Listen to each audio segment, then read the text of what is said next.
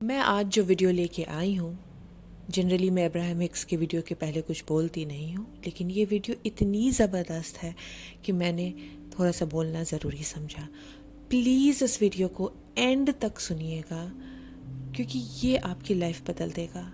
इस वीडियो में हर एक टॉपिक के बारे में हर एक चीज़ है, हर एक क्वेश्चन का आंसर है जो आप ढूंढ रहे हैं। अगर एक बार में समझ में ना आए तो उसे बार बार सुनिएगा, क्योंकि जितनी बार सुनिएगा आपको एक नई क्लैरिटी मिलेगी। प्लीज़ इस वीडियो को ध्यान से सुनिएगा, अकेले में सुनिएगा ताकि इसे समझ सके आप लोग। ये बहुत इम्पॉर्टेंट वीडियो है। ये वीडियो एक औरत की सक्सेस स्टोरी पे बेस्ड है और अब्राहम उससे बात कर रही है। तो चलिए वीडियो शुरू करते हैं। अब्राहम, मैं एक लड़के से मिली ऑनलाइन डेटिंग साइट पे और फिर थोड़े दिनों बाद मेरा ब्रेकअप हो गया। और उस ब्रेकअप ने मुझे बिल्कुल अंदर से तोड़ दिया। मुझे समझ नहीं आ रहा था कि मैं कैसे खुद को संभालूं। फिर मेरे दोस्तों के द्वारा मैं अब्राहम से इंट्रोड्यूस्ड हुई और मैं अब्राहम को इतना सुनी, पूरे दिन सुनी, जितनी बार मौका मिलता था उतनी बार सुनी। एक तरह से आप कह दो मैं नहा गई अब्राहम में।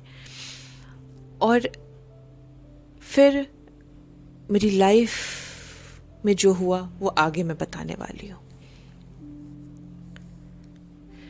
ये बात 2010 की है जब मेरा अब्राहम से इंट्रोडक्शन हुआ। 2011-2012 तक मैंने खुद का एक रेस्टोरेंट खोला, जबकि मैं उस फील्ड से हूँ भी नहीं। मेरा बैकग्राउंड आर्ट्स का है और उस रेस्टोरेंट को खोलने के बाद मैं सच में अब्राहम के अलाइनमेंट को समझ पाई। अलाइनमेंट क्या होती है इसका एहसास हुआ मुझे। नहीं, अलाइनमेंट तो तुम्हें पहले पता होगा क्योंकि तुम आर्ट्स बैकग्राउंड से थी और बिना अलाइनमेंट के क्रिएटिविटी फ्लो नहीं करती। तो अलाइनमेंट तुम्हें पता होगा। हाँ, ये कह सकती हो कि तुम्हारा जो अलाइनमेंट था वो कंसिस्टेंट नहीं था, इसलिए तुम्हें उस चीज़ का एहसास नहीं होता होगा। हाँ, मैं अलाइनमेंट को समझ नहीं पा रही थी तभी, बट आपसे मिलने के बाद अब्राहम, उस रेस्टोरेंट को खोलने के बाद मुझे अलाइनमेंट समझ में आ गई और उसके कारण मुझे टोटल कंट्रोल मिला। मुझे टोटल कंट्रोल का एहसास हुआ। 2012 में मेरा बिजनेस इतना अच्छा चलने लग गया कि मैं कभी सोच भी नहीं सकती थी। और 2013 में वही लड़का जिसने मेरा दिल तोड़ा था मेरी लाइफ में वापस आ गया। और आज 2014 में वो मेरा पति है। और मैं आपको बता नहीं सकती कि मैं उसके साथ अपनी लाइफ कितना इंजॉय कर रही हूँ। He is just perfect. आज 2014 में मेरा दूसरा रेस्टोरेंट, अक्टूबर 2014 में मेरा दूसरा रेस्टोरेंट खुल गया है, जो मैंने एक्चुअली कभी सोचा ही नहीं था कि होगा possible. My life is just perfect. Okay, अब मेरे पास तुम्हारे लिए क्वेश्चंस है क्योंकि ये सब बाकियों के लिए भी बहुत मीनिंगफुल होगा। सो मीटिंग जो आपकी हुई थी ऑनलाइन वो कंडीशनल कंपैटिबिलिटी पे बेस्ड थी? मतलब ऑनलाइन कंडीशनल कंपैटिबिलिटी करते हैं कि आप दोनों एक दूसरे के साथ रहने लायक हैं कि नहीं है, वैसी वाली कंपैटिबिलिटी पे बेस्ड थी? ऐसा ही आपको फील हुआ होगा। बट हाँ, बट आखिरकार वो सही निकला है ना। हाँ। तुम्हें क्या लगता है जब तुम दोनों मिले थे पहली बार, क्या ऑफ था तुम दोनों के बीच में? मैं थी वाइब्रेशनली ऑफ अब्राहम। समहाउ जो क्वेश्चन हम पूछते हैं वो तुम्हारे बिल्कुल वाइब्रेशनल एसेंस की कोर में चला गया है। मैं बहुत खुश हूं और तुम्हें अपने वाइब्रेशनल एसेंस के हिसाब की चीजें मिलती है, ये बात तुम जानती हो जी।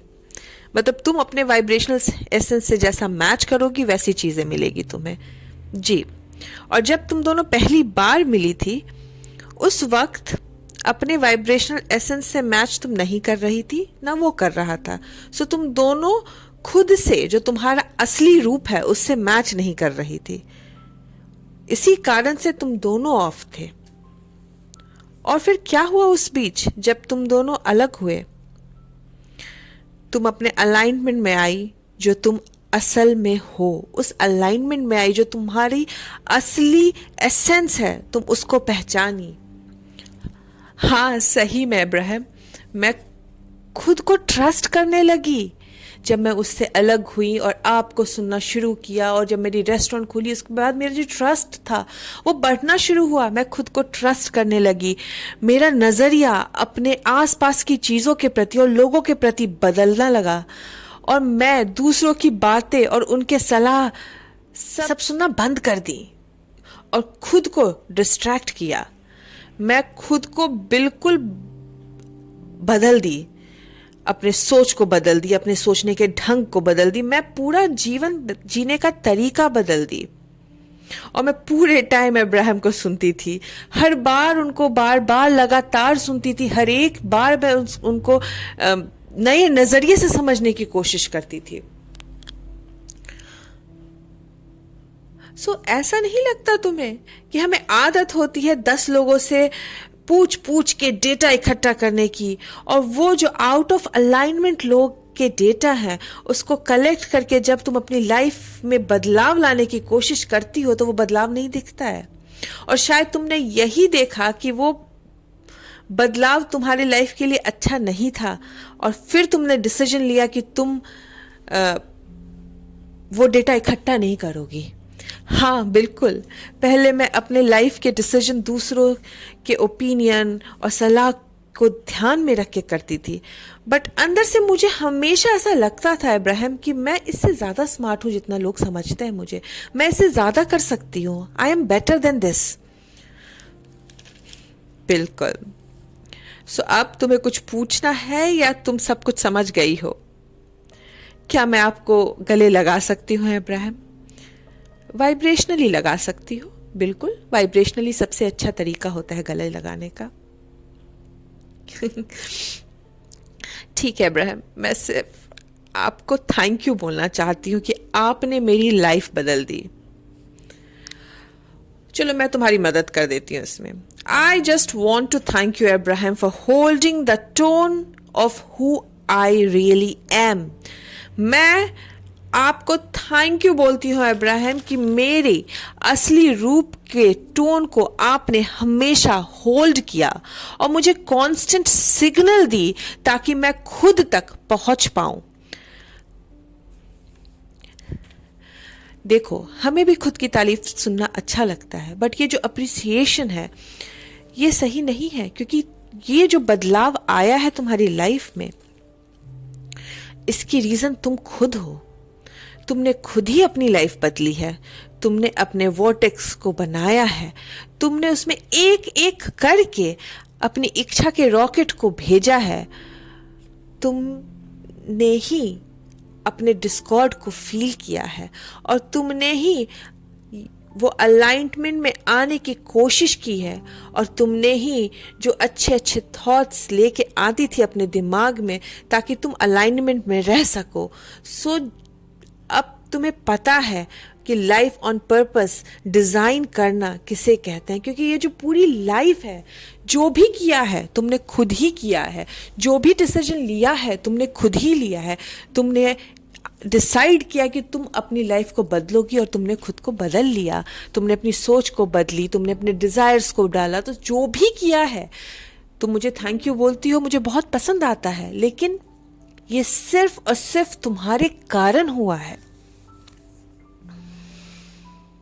हाँ इब्राहिम, मुझे पता है कि खुश रहना कितना इम्पोर्टेंट है वो मटेरियल चीज़ों को खरीदने से। मतलब खुश रहना सबसे इम्पोर्टेंट है, और अब खुश रहना मुझे नेचुरल लगता है।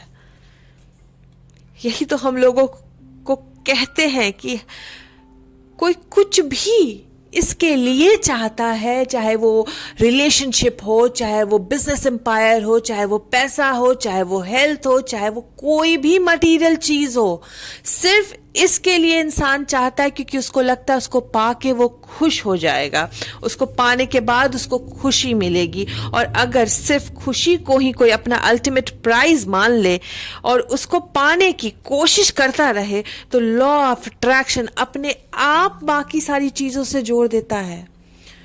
तुम इस फिजिकल बॉडी में सिर्फ अपने एक्सपेंशन के लिए आए हो। तुमने बोला I will go fourth in this physical body and enjoy the expansion of my life. मैं नॉन फिजिकल से जब फिजिकल में आया हूं तो मैं इस लाइफ के एक्सपेंशन को एंजॉय करने आया हूं। और तुमको फील होता है लॉ ऑफ अट्रैक्शन का रियलनेस, है कि नहीं? हम चाहते हैं तुम सब अपनी जिंदगी को एंजॉय करो, रिलेशनशिप को एंजॉय करो, जो खाना खाते हो उसको एंजॉय करो, जो कार चलाते हो उसको एंजॉय करो, जिस घर में रहते हो उसको एंजॉय करो। हर एक जो भी फिजिकल चीज है उसकी ब्यूटी का मजा लो।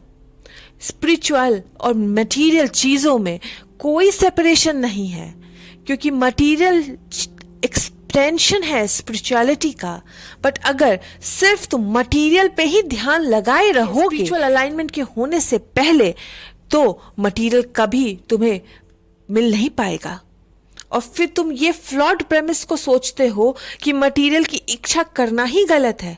मटेरियल की इच्छा करना गलत नहीं है, बस अलाइनमेंट से ज्यादा मटेरियल की इच्छा करना गलत है।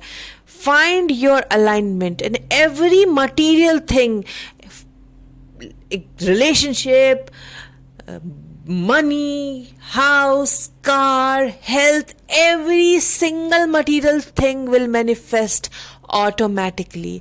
अगर तुम्हारा प्राइम फोकस अलाइनमेंट है तो हर एक मटेरियल चीज, चाहे वो रिलेशनशिप हो, चाहे वो घर हो, चाहे वो पैसा हो, कोई भी चीज जो तुम्हारी इच्छा है वो अपने आप मिलनी शुरू हो जाती है जब तुम्हारा अल्टीमेट प्राइज सिर्फ और सिर्फ अलाइनमेंट है, और अलाइनमेंट में रहना है ज्यादा से ज्यादा टाइम। Thank you.